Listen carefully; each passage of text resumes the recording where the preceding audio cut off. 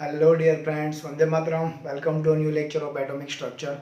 As we have discussed in our previous lecture, in this particular lecture we are going to learn some additional point for the Bohr model.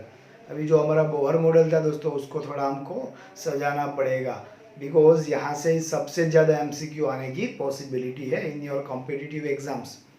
तो इससे हमको क्या करना है, जो हमारा बोहर मॉडल था वही मॉडल में कुछ एडिशनल पॉइंट हम ऐड करेंगे। कुछ पॉइंट ऑलरेडी है जिसको हम रीजनरेट रिक्रिएट करेंगे यहाँ से। इस तरह से भी हम एमसीक्यू के लिए सॉल्यूशन निकाल सकते हैं, that we are going to see. दो ही पॉइंट दोस्तों पूरे चैप्टर में ऐसे जहाँ से सबसे ज़्यादा एमसीक्यू आएंगे।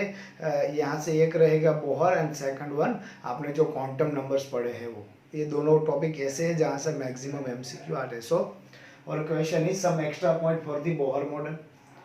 एक्स्ट्रा पॉइंट में एक्चुअली कुछ एक्स्ट्रा पॉइंट ना भी हो, रूटीन पॉइंट ही हो जो ऑलरेडी पढ़े हो, बट उसको हम एज वी डिस्कस थोड़ा रिक्रिएट करेंगे क्योंकि वहाँ पे एमसीक्यू आने की possibility in a different manner, वहाँ पे मे बी मैनर चेंज हो, that we have to know. So first is about the radius. Radius sir already पढ़ा है हमने in the Bohr model. The formula for the radius is Rn is equal to a naught into n square. Here this formula is for particular hydrogen atom, ये हमने पढ़ा था। अगर हम बात करें rather than hydrogen but like hydrogen, like means 1s1 होना चाहिए अदर इलेक्ट्रॉन डोनेट करने के बाद। ऐसे स्पीसीज जिसके पास एक ही इलेक्ट्रॉन हो, हमने पढ़ा था that is He+Be+2 Li+3, but वो प्रैक्टिकली थोड़ा पॉसिबल होने की पॉसिबिलिटी नहीं है, दैट वी नो। बट फिर भी अगर हाइड्रोजन के अलावा बात करें तो ये फॉर्मूला भी हमने पढ़ा था, Rn is equal to a0 into n square upon z, where a0 is equal to 52.9 पाइकोमीटर। दोस्तों ज़्यादातर केस में ये क्वेश्चन पाइकोमीटर में आता है और पाइकोमीटर के अलावा ये क्वेश्चन आता है एंगस्ट्रॉम में, दैट्स व्हाई मैंने यहाँ पे इंडिकेट किया है। मे भी अगर ये आपका क्वेश्चन एंगस्ट्रॉम में आया तो आपको क्या करना है, relation between angstrom and picometre 52.9 picometre is equal to 0.529 angstrom. So और कुछ नहीं करना है, यहाँ पे जो पाइकोमीटर की एनोट वैल्यू थी वो एनोट वैल्यू को 52.9 की जगह पे रखना है 0.529 और हो गया आपका फॉर्मूला इन एंगस्ट्रॉम। और ये हाइड्रोजन के अलावा this formula is for hydrogen, this is rather than hydrogen, but hydrogen जैसा होना चाहिए उसका electronic configuration, that we know. Okay, अगर दोस्तों ये फॉर्मूला में आप ठीक से देखो ये फॉर्मूला में तो आपको ये पता चलेगा इफ एनोड इज कांस्टेंट, अगर इसको कांस्टेंट हम काउंट करें then we can say r n proportional to n square and anti proportional to z. So अगर ये दोनों को अलग लिखे तो हम ये लिख सकते हैं r proportional to n square r anti proportional to z और we can say r proportional to 1/z। ये दोनों फॉर्मूला को यूज करके आगे दोस्तों किस तरह के एमसीक्यू आ सकते हैं। एक यहाँ पे दोस्तों कोई किसी पर्टिकुलर स्पीशीज के लिए बात कर रहे हैं और इन विच जेड इज कांस्टेंट, मतलब कोई कॉमन हाइड्रोजन की बात कर रहे हैं, हाइड्रोजन के लिए आर एन काउंट करना है if n is equal to 1, फिर हाइड्रोजन का हाइड्रोजन ही है बट फिर से आर एन काउंट करना है whenever electron jump to n is equal to 1 to 2, now n is equal to 2, then electron jump to n is equal to 3, jump to n is equal to 4, z is equal to constant और we can say for a constant species, एक ही species के लिए हम ये कह सकते हैं z if z is equal to constant r proportional to n square। अगर आप दोस्तों एक सिंपल काउंट करो तो आप ये लिख सकते हो r is equal to k into n square और we can say r1 is equal to k into n1 square। r2 के लिए क्या लिख सकते हैं, r2 is equal to k into n2 square। हम ये कर रहे हैं प्रोपोर्शनल को इक्वल टू में कन्वर्ट कर रहे हैं। अभी दोस्तों इन दोनों का आप रेशियो लेंगे तो ये हो जाएगा r1/r2 is equal to kn1 square upon kn2 square, k cancel करो then you can write r1/r2 is equal to n1 square upon n2 square. Simple formula. इससे दोस्तों एमसीक्यू हम फाइंड आउट करेंगे, सॉल्व करेंगे। आपको ये 4 पैरामीटर में से आउट ऑफ 4 आपको 3 पैरामीटर दे रखे होंगे and you have to count the last one, आपको जो चौथा है वो काउंट करना होगा, इजी होगा। If n is equal to constant, अभी दोस्तों यहाँ पे ये रेशियो, फिर से आपको रेशियो के रिलेटेड क्वेश्चन हो सकते हैं फॉर डिफरेंट स्पीसीज जिसका जेड कांस्टेंट नहीं है, मतलब hydrogen species, helium species, beryllium species, but n is equal to constant value, उसका जो इलेक्ट्रॉन है वो कोई फिक्स एक ही ऑर्बिट में है, rather it is n is equal to 1 और 2 और 3 और 4 x y z, but n is constant, z is changeable, so I mean to say species is changeable, then we can write r1 upon r2 is equal to z2 upon z1। ये किस तरह से हुआ होगा calculation में भी आपके दिमाग में बैठा होगा। यहाँ पे क्या है, r proportional to 1 upon z और we can say r1 proportional to 1 upon z1। अगर दोस्तों हम इसको इक्वल करते हैं तो क्या लिख सकते हैं, r1 is equal to k into 1 upon z1, then r2 is equal to k into 1 upon z2, k cancel और नीचे से z1 क्या आएगा, कहाँ पे आएगा, ऊपर आएगा। So we can write r1 upon r2 is equal to z2 upon z1। Again out of 4 यहाँ पे आपको 3 पैरामीटर दिए जाएंगे, the last one you have to calculate. इस तरह के एमसीक्यू आएंगे और इस तरह के सम भी आएंगे, तब दोस्तों ये फॉर्मूला हम याद करेंगे। अभी दोस्तों ये जो कई बार रेशियो पूछा जाता है, रेशियो फॉर द हाइड्रोजन और ratio for the other species, so उससे हमारे लिए 2 पॉइंट निकल के आने वाले। सो ये रेशियो मैंने particular for hydrogen radius count किया है, particular for hydrogen from this formula Rn is equal to a naught into n square। if n is equal to 1, I can write r1 is equal to a naught into 1 square, 1 square is equal to 1, so a naught into 1 is equal to a naught, so I can write r1 is equal to, sorry, r1 is equal to a naught, you can see here। then what about r2, a naught into 2 square is equal to 4 into a naught, r3 a naught into 3 square, यहाँ पे 2 square था, sorry, 3 into 3 9, 9 into a naught, r4 is equal to 16 into a naught। Suppose this is this centre, यहाँ पे पूरा molecule है, हाँ, ऐसा कोई आधा मोलेक्यूल पॉसिबल नहीं है। इजी रहे थोड़ा कैलकुलेट करने में, इजी रहे थोड़ा ड्रॉ करने में, आपको पता ही है मेरी ड्राइंग कितने हायर लेवल की है। सो यहाँ पे दोस्तों ये पूरा मोलेक्यूल है, you have to suppose a full molecule, okay, this is r1 because you know this is n1, a naught is nothing but the r1, 4 into a naught is nothing but the r2, 9 into a naught is nothing but the r3, because this is n is equal to 2, this is n is equal to 2 and this one is 3, sorry, n is equal to 4 5 6 क्या है उसके हिसाब से अगर मैं आपको बोलूँ यहाँ पे मेरे को r1 r2 r3 r4 चाहिए, you are able to calculate the value और you are able to calculate the radius, आपको मालूम होना चाहिए। अभी दोस्तों यहाँ पे किस तरह के क्वेश्चन आते हैं, क्वेश्चन आते हैं ratio for the r1 and r2, तो आपको क्या करना है, r1 by r2 यहाँ से डायरेक्ट कर दे रहा है, a naught upon a naught into 4, a naught cancel, 1 upon 4 और वी कैन से 0.25 इज द आंसर। इस तरह के क्वेश्चन आते हैं, ये हुए पर्टिकुलर फॉर हाइड्रोजन, ऐसा नहीं हाइड्रोजन के लिए आएंगे, रेदर देन हाइड्रोजन दूसरे स्पीसीज के लिए भी आ सकते हैं, बट वहाँ पे कंडीशन ये रहेगी दे आर इलेक्ट्रॉनिक, अगर उसकी बात करें कॉन्फ़िगरेशन की, तो हाइड्रोजन के जैसे होने चाहिए, खाली चेंज कहाँ पे होगा, जेड पे। सो ये हमने r1 r2 r3 4 का जो कैलकुलेट किए हैं, वो कैलकुलेट करने के लिए हमको ये फॉर्मूला यूज करना पड़ेगा, उसकी जो जेड वैल्यू है उसको साथ में कैलकुलेट करना पड़ेगा, nothing else. Now velocity of the electron in the orbit x orbit, किसी भी पर्टिकुलर ऑर्बिट में इलेक्ट्रॉन रोटेशन कर रहा है, आपको मालूम है दिस इज सेंटर, यहाँ पे सर इलेक्ट्रॉन मूव कर रहे हैं, यहाँ पे भी इलेक्ट्रॉन रोटेट कर रहे हैं, यहाँ पे भी इलेक्ट्रॉन रोटेट कर रहे हैं, पर्टिकुलर उसकी जो कोई फिक्स ऑर्बिट होगी, वो ऑर्बिट में इलेक्ट्रॉन जो रोटेट कर रहा है उसकी वेलोसिटी क्या हो सकती है, that velocity also we have to calculate. उसके लिए भी दोस्तों फॉर्मूला यहाँ पे दे रखा है, दैट फॉर्मूला इज, आपको ये डायरेक्टली मगअप करना है और वी कैन से रट्टा मार देना है। Velocity v is equal to, और velocity of the electron is equal to, यहाँ पे इलेक्ट्रॉन है तो उसकी वेलोसिटी दोस्तों अगर वो कितनी वेलोसिटी के साथ रोटेशन कर सकता है, that velocity is equal to 2.188 into 10⁸ into z upon n। यहाँ पे अगर हम बात करें दोस्तों हाइड्रोजन की, अभी ये हमारे दिमाग में ऐसे बैठ गया, if we talking about hydrogen then formula is v is equal to 2.188 into 10⁸ by n, or we can say 2.188 into 10⁸ into 1 upon n, because for the hydrogen आगे जितने भी फॉर्मूला हुए वहाँ पे हमने z वैल्यू नहीं लिखी है, because for the hydrogen z is equal to 1, but यहाँ पे मैंने z वाला फॉर्मूला क्यों आपको लिख के दिया है, कहीं आपको क्वेश्चन इस तरह से है velocity of the electron but not for the hydrogen species, दूसरे कोई स्पीसीज के लिए है। सो हमको यहाँ पे z लिखना पड़ेगा, here z is equal to atomic number of that particular species and n is equal to number of orbit 1 2 3 4 और we can say k l m n। Clear है? So after the velocity you can calculate the time it takes to complete a rotation। यहाँ पे दोस्तों velocity हमने metre per second में लिया है। Yes, this velocity is in metre per second. Okay, अभी दोस्तों पर्टिकुलर किसी इलेक्ट्रॉन को एक रोटेशन पूरा करने के लिए, कंप्लीट करने के लिए कितना टाइम हो सकता है, that we can calculate. How?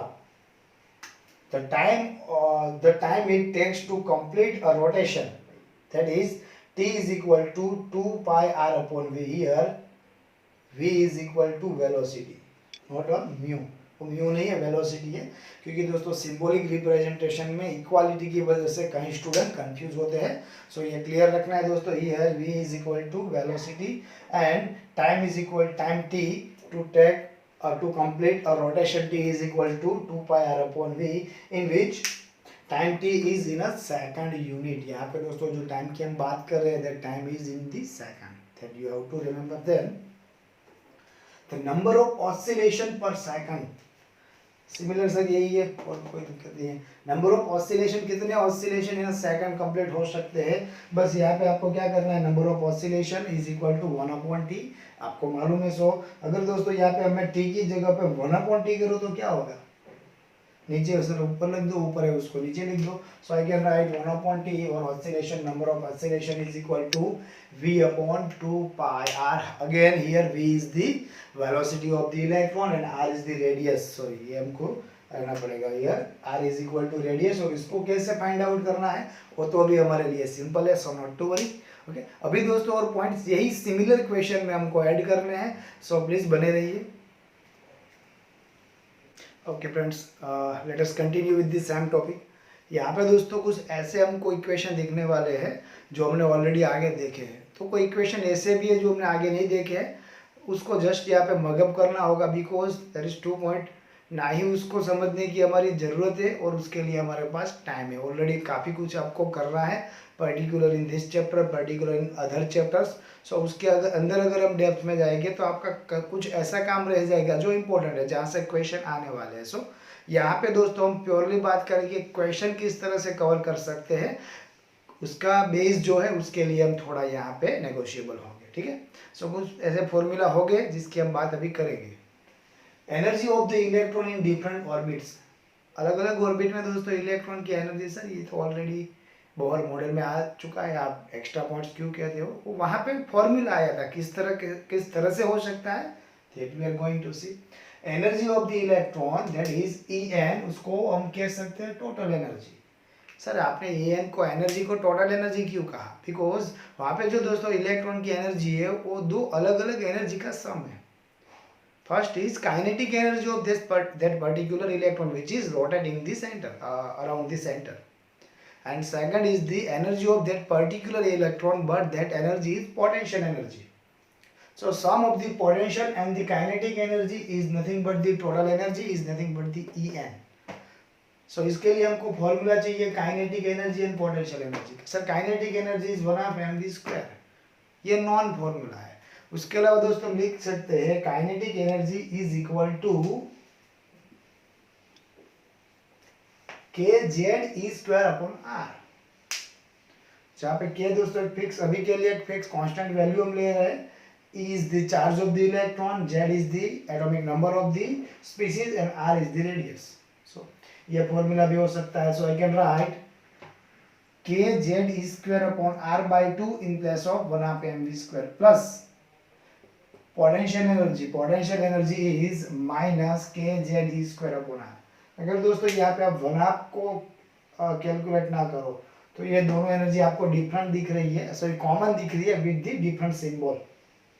Okay, so यहाँ पे दोस्तों रेशियो 1/2 है, 1/2 है यस, और उसके साथ सिंबॉलिक रिप्रेजेंटेशन डिफरेंट है। अभी इसका हम किस तरह से यूज कर सकते हैं या पॉइंट पे आएंगे तब देखेंगे, बट यहाँ पे दोस्तों मैं लिख सकता हूँ kz⁴/r।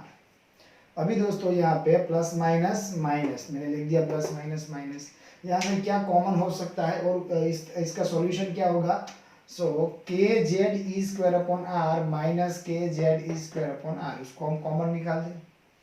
देन 1/2 -1, यहाँ पे कुछ नहीं है तो उसके साथ 1 है, सो 1/2 -1 इज इक्वल टू -1 आप, और ये तो कॉमन था, सो हमारे लिए यहाँ पे value of the e n हुई है -1/2 k z e square upon r. अभी यहाँ पे दोस्तों मैंने क्या बोला था, एक दो पॉइंट ऐसे है जो जिसको डायरेक्ट हमको एक्सेप्ट करना है। यहाँ पे दोस्तों हमको एक्सेप्ट करना है, यहाँ पे जब k की वैल्यू हम ऐड करते हैं then we will get this particular formula. अभी k की वैल्यू आप कौन सी अप्लाई की है, तो वही तो मैंने बोला था जो आपको डायरेक्टली मगअप करना है। देखो यहाँ पे 1/2 था और ऊपर 2 हो गया, इट मीन्स नंबर ऑफ 4, वहाँ पे डिजिट 4 तो है, दैट इज कंपल्सरी। ओके, उसके साथ पाई हुआ, so k is equal to 4 into pi, m हुआ into m, z square already z था और एक जेड इंक्रीज हुआ, इट मीन्स वहाँ पे एक जेड भी है, 4 pi m z e square, क्योंकि यहाँ पे स्क्वायर था अभी रेस टू 4 हो गया, so e square upon n square h square. यहाँ पे रेडियस आर था, यहाँ पे रेडियस नहीं दिख रहा है, सो ऊपर रेडियस भी होगा, जो ऊपर नीचे रेडियस कैंसिल हुआ, that was the value of the के, जिसके लिए हमको कोई दिक्कत कोई टेंशन लेना नहीं है। बट ये फॉर्मूला आपको मगअप करना पड़ेगा। ये क्यों मगअप करना पड़ेगा सर, इसके एनर्जी के लिए तो बेटर यही फॉर्मूला है with the Rydberg constant which we have learn in previous lecture, वो तो इजी है, तो वही याद रखेंगे। इसको इसलिए याद रखना है, कई बार दोस्तों कॉम्पिटिटिव एग्जाम में क्वेश्चन आते हैं to double the mass, to double the n, to double the z, और उसको हाफ कर रहे हैं, उसको डबल कर रहे हैं, उसको ट्रिपल कर रहे हैं। वो एमसीक्यू आप तभी सोल्व कर पाओगे जब आप ये फॉर्मूला से अवेयर हो, so you have to make up this formula. Clear है?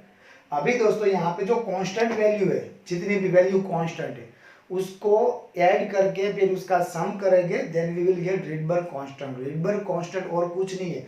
यहाँ पे क्या क्या कांस्टेंट हो सकते हैं, एक नंबर ऑफ 2 डिजिट है, उसके लिए तो कोई टेंशन ही नहीं है। Pi is constant value, m is the mass, that is the constant value mass of the electron which is rotating around the center. z, this z may be change हो सकता है। if we talking about hydrogen then z is equal to 1, but if we talking about other species like hydrogen जो इसके पास एक electron है but they are positively charge और other charge कोई atom है, तो इसके लिए z चेंज हो सकता है, वो कांस्टेंट नहीं है। e is constant, e is nothing but the charge of the electron 1.6 into 10⁻⁻19 coulomb। n is the number of orbit which is constant, वो तो कोई फिक्स वैल्यू ही है, may be n is equal to 1 और 2 और 3 और 4 etcetera. सो इसको भी हम कांस्टेंट वैल्यू में काउंट कर सकते हैं। सॉरी, n कांस्टेंट नहीं है, n के लिए तो यही है ना हमारे पास, क्या था, if this is सेंटर है then n is equal to 1, n is equal to 2, n is equal to 3, n is equal to 4। Electron jump करके कौन सी ऑर्बिट में गया है उसके रिलेशन में हमको कैलकुलेशन करना है। सो n को हम यहाँ पे कांस्टेंट नहीं कह सकते, n is changeable, but yes h is Planck constant which is constant value। Planck constant को हम कांस्टेंट ही बोलते हैं। अगर इन सब का जो कांस्टेंट वैल्यू इन सब का हम सम लेंगे then we will get -2.18 into 10⁻⁻18 joule, -2.18 into 10⁻⁻18 joule. So ये हुआ हमारा रिडबर्ग कांस्टेंट जो ऊपर की सभी वैल्यू का सम है। Then we will get the formula RH is equal to z square upon n square। अभी आपको पता चला यह फॉर्मूला कैसे आया होगा। For the hydrogen RH is equal to 1 upon n square, for the other species RH is En is equal to minus RH into minus, शायद मैंने आगे यहाँ पे फॉर्मूला गलत बोला, जरा समझ जाना, minus RH into z square upon n square.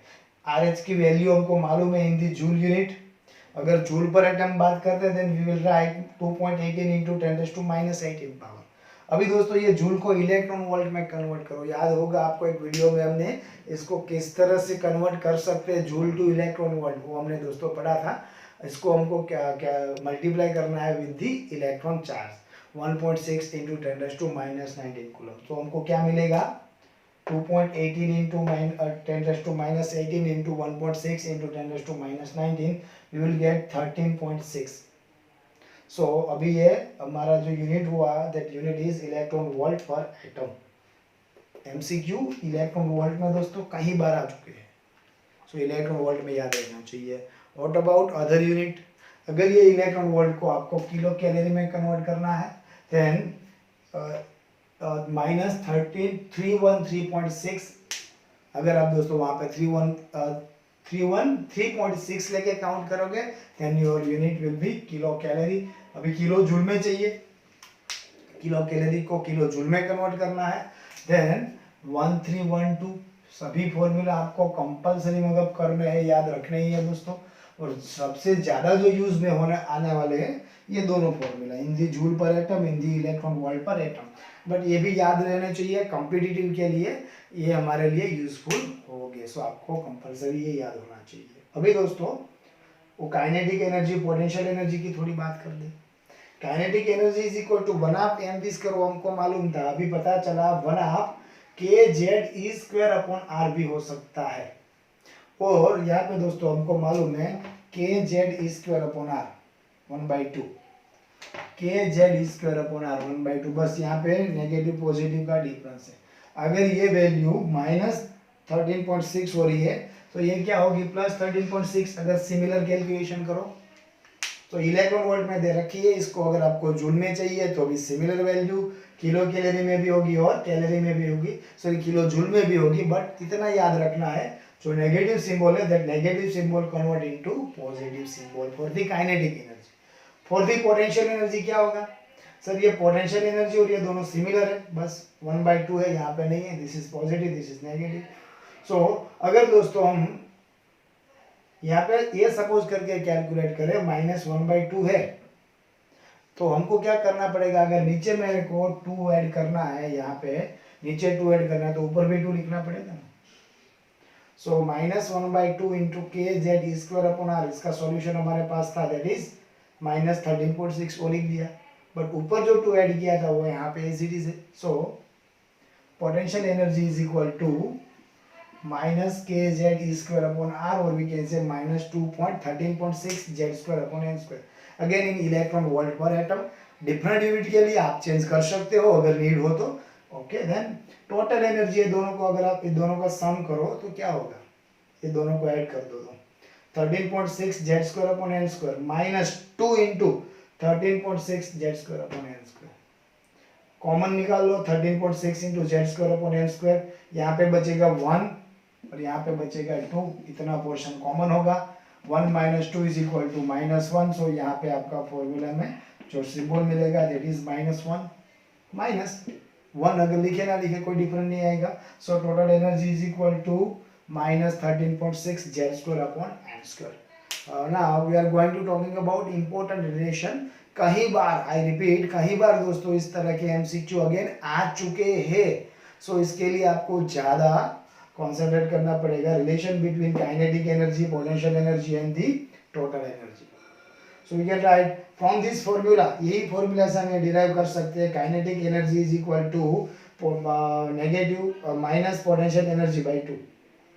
अब ये फॉर्मूला से आप ये देख सकते हो बहुत easily, total energy is equal to potential energy by 2, total energy is equal to potential energy by 2। यहाँ पे माइनस माइनस दोनों की नेगेटिव सिंबॉलिक रिप्रेजेंटेशन है।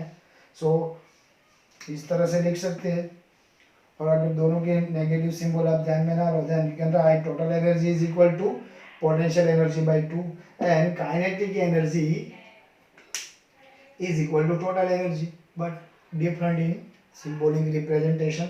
so kinetic energy is equal to negative of total energy। Formula याद करना है, यहाँ पे ज़्यादा डेप्थ में नहीं जाना है, जितना डेप्थ में जाओगे उतना कंफ्यूज होगे। सपोज दोस्तों मैं 1-2 क्वेश्चन यहाँ पे आपको कंफ्यूज करने के लिए भी पूछ रहा हूँ, और अगर उसका सॉल्यूशन करने के लिए आपने ट्राई की तो कई सारे ऐसे पॉइंट आपके ऐसे स्किप हो जाएंगे जो नहीं होने चाहिए। यहाँ पे टोटल एनर्जी को मैंने नेगेटिव कहा है, किसी की एनर्जी नेगेटिव हो सकती है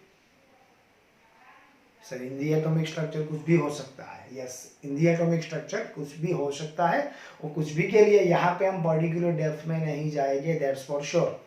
अभी दोस्तों यहाँ पे एनर्जी का रेशियो, जैसे हमने आगे रेडियस रेशियो की बात की थी, now we are talking about energy ratio for the hydrogen. Sir तभी आपने हाइड्रोजन का एग्जाम्पल लिया था, यहाँ पे भी हाइड्रोजन का एग्जाम्पल है, क्योंकि ज्यादातर क्वेश्चन हाइड्रोजन से ही आते हैं। और एक पॉइंट हमने जो पढ़ा था for the Bohr model, postulate में आई थिंक हुआ था एक टॉपिक, वहां पे मैं भी अगर कोई बच्चा कंफ्यूज रहा होगा तो ये पॉइंट से वो क्लियर हो जाएगा। चला देखना ठीक से।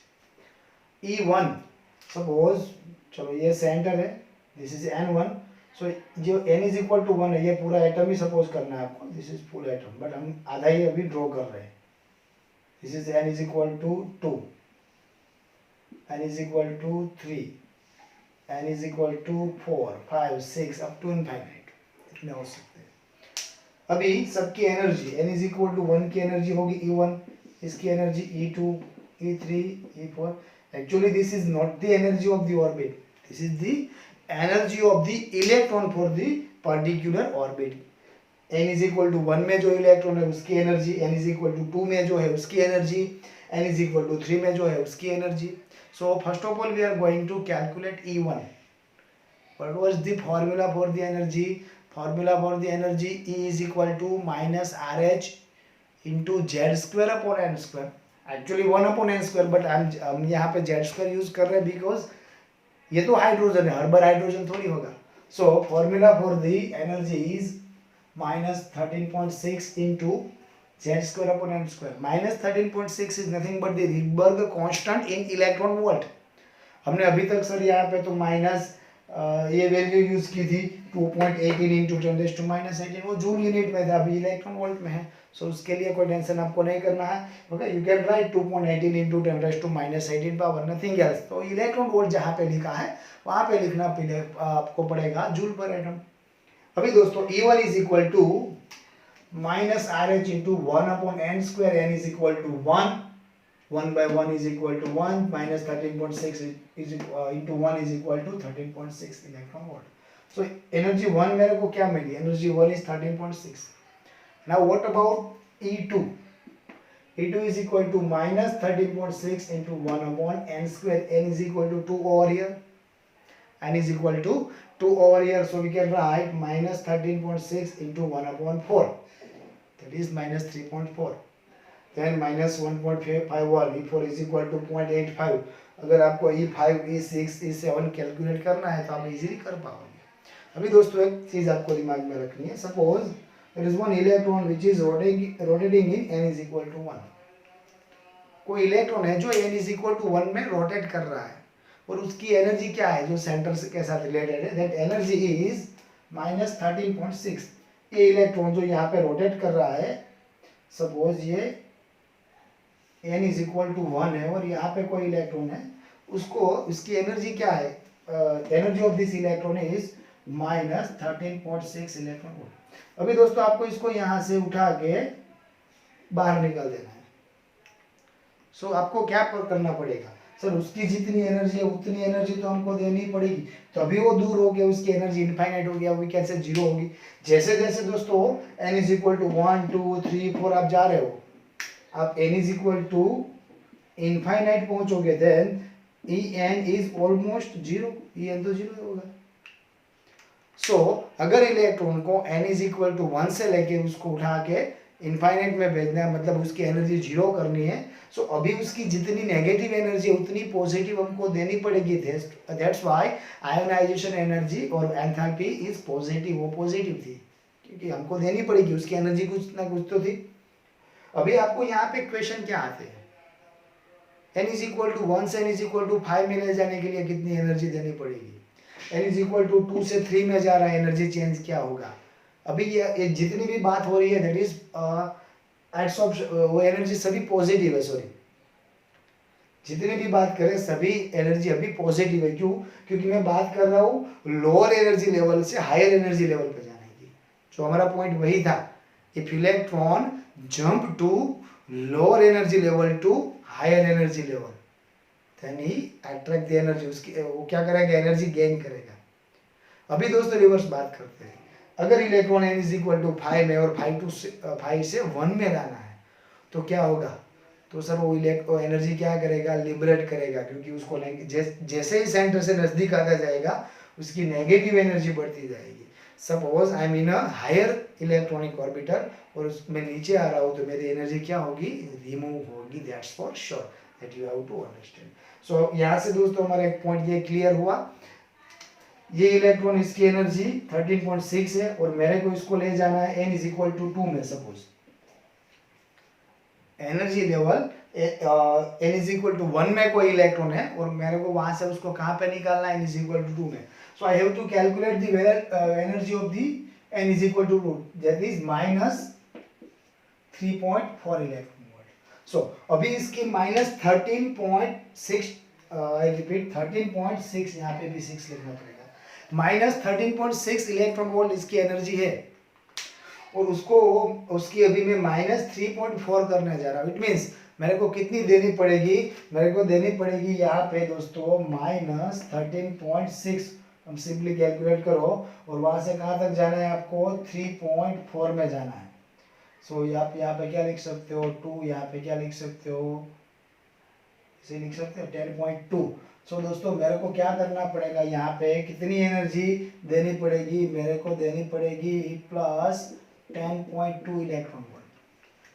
अगर मैं 10.2 electron volt energy n is equal to 1 वाले इलेक्ट्रॉन को दे रहा हूँ तो जम करके 2 में आएगा. अगर उससे ज्यादा दूंगा तो 3 में, 4 में, 5 में, उसका एक फिक्स गैप है. बट एक चीज दोस्तों यहाँ पे ऐसा तो कॉमन क्वेश्चन है बट ये फिक्स वैल्यू है. मतलब आप ये बोलोगे सर 10.2 दोगे तो n इज इक्वल टू 1 से n इज इक्वल टू 2 में आएगा. इट मीन्स हम 10.2/2 उससे हाफ 5.1 इलेक्ट्रॉन वोल्ट जितनी एनर्जी दे रहे. इट मीन्स इलेक्ट्रॉन यहाँ से जंप करके बीच में रह जाएगा, 2 में नहीं भी 1 में भी नहीं. ये पॉसिबल नहीं है. ओके, यहाँ पे आप इस तरह से कैलकुलेशन नहीं कर सकते, फिक्स वैल्यू ही चाहिए.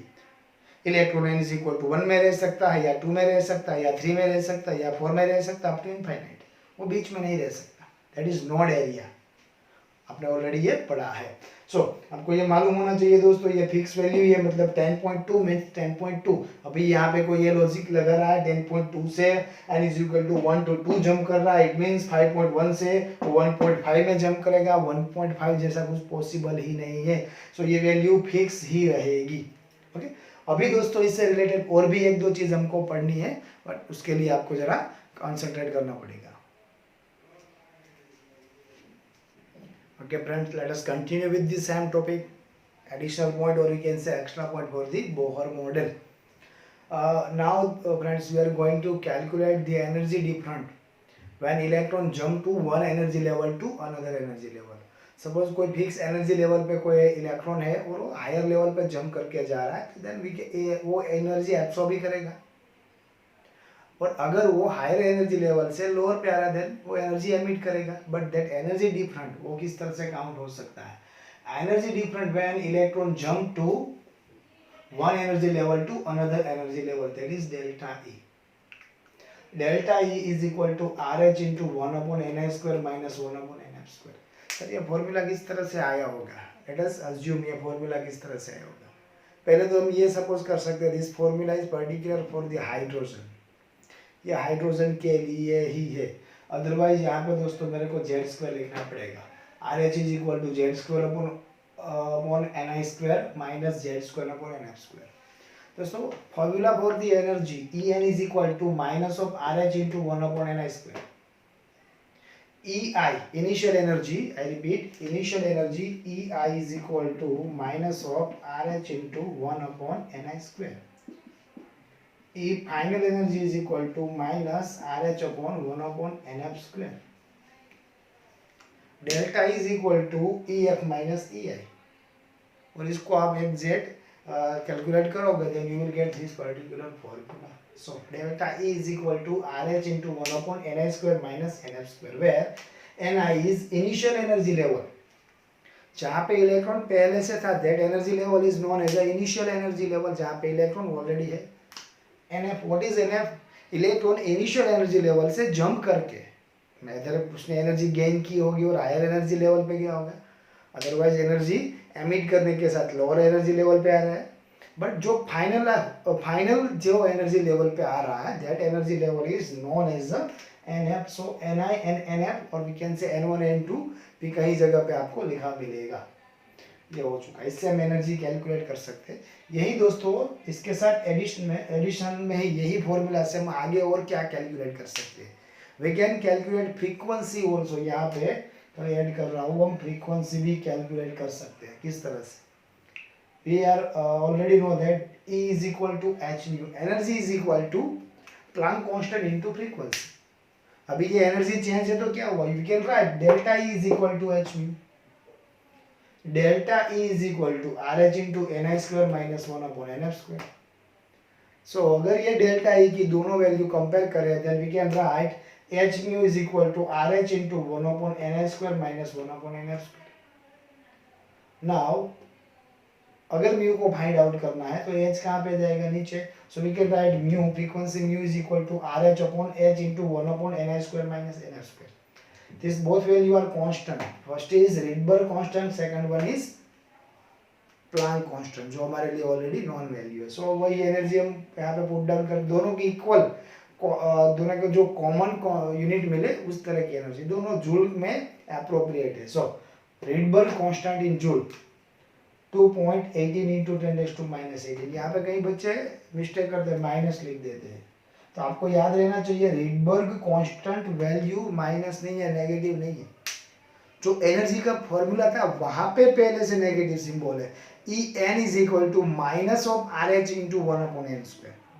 आई mean to say negative sign is does not related with the Rydberg constant value, वो तो पॉजिटिव है। सो 2.18 into 10⁻⁻18 divided by 6.626 into 10⁻34 joule into second, joule cancel, so 1/second, or we can say second inverse। sir, second inverse is the unit for the frequency, ये तो already मालूम है। second inverse, or we can write hertz। so second inverse और hertz में हमको ये formula मिलेगा, इसको कैलकुलेट करते हैं। 2.18 into 10⁻⁻18 power divided by 6.626 into 10⁻34। ये -34 ऊपर आने के साथ क्या होगा, +34 में कन्वर्ट होगा, और इसको आप डिजिट एडजस्ट करोगे then you will get mu is equal to 3.29 into 10⁻15 1/ni² minus 1/nf², where ni and nf is nothing but the initial and the final energy level। so you can calculate frequency over here also। now what about ionization enthalpy? ionization enthalpy की अगर बात करें दोस्तों तो पहले ये दिमाग में रहना चाहिए, what is actual ionization energy, what is actual ionization energy।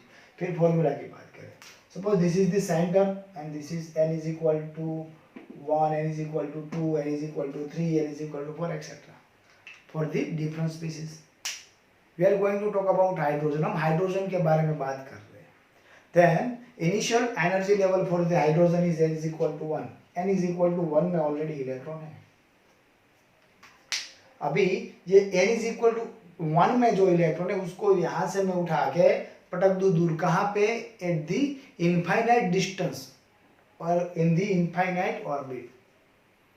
उसके लिए मेरे को जो एनर्जी देनी पड़ेगी that energy is known as ionization enthalpy as per as definition आपने ऑलरेडी ये चैप्टर 2 में पढ़ा है, चैप्टर 3 में सॉरी पढ़ा है। सो ये तो आपको मालूम है। सो दोस्तों किस तरह से हो सकता है, सपोज आयोनाइजेशन एंथैल्पी वो सिंपली इस तरह का एनर्जी डिफरेंस ही है, कहाँ पे था और आपको कहाँ पे लेके जाना, जहाँ पे लेके जाना है that is final infinite distance पे लेके जाना है। पर्टिकुलर फॉर डिफरेंट स्पीसीज जो उसका वैलेंस इलेक्ट्रॉन है कहाँ पे है वो अलग अलग हो सकता है। अगर हाइड्रोजन की बात करें तो ये फॉर्मूला ओके है, for hydrogen ionization enthalpy is equal to energy of the infinite orbit minus E1। क्यों E1 लिखा मैंने यहाँ पे, because in the hydrogen initial energy level is 1, so E1 is okay।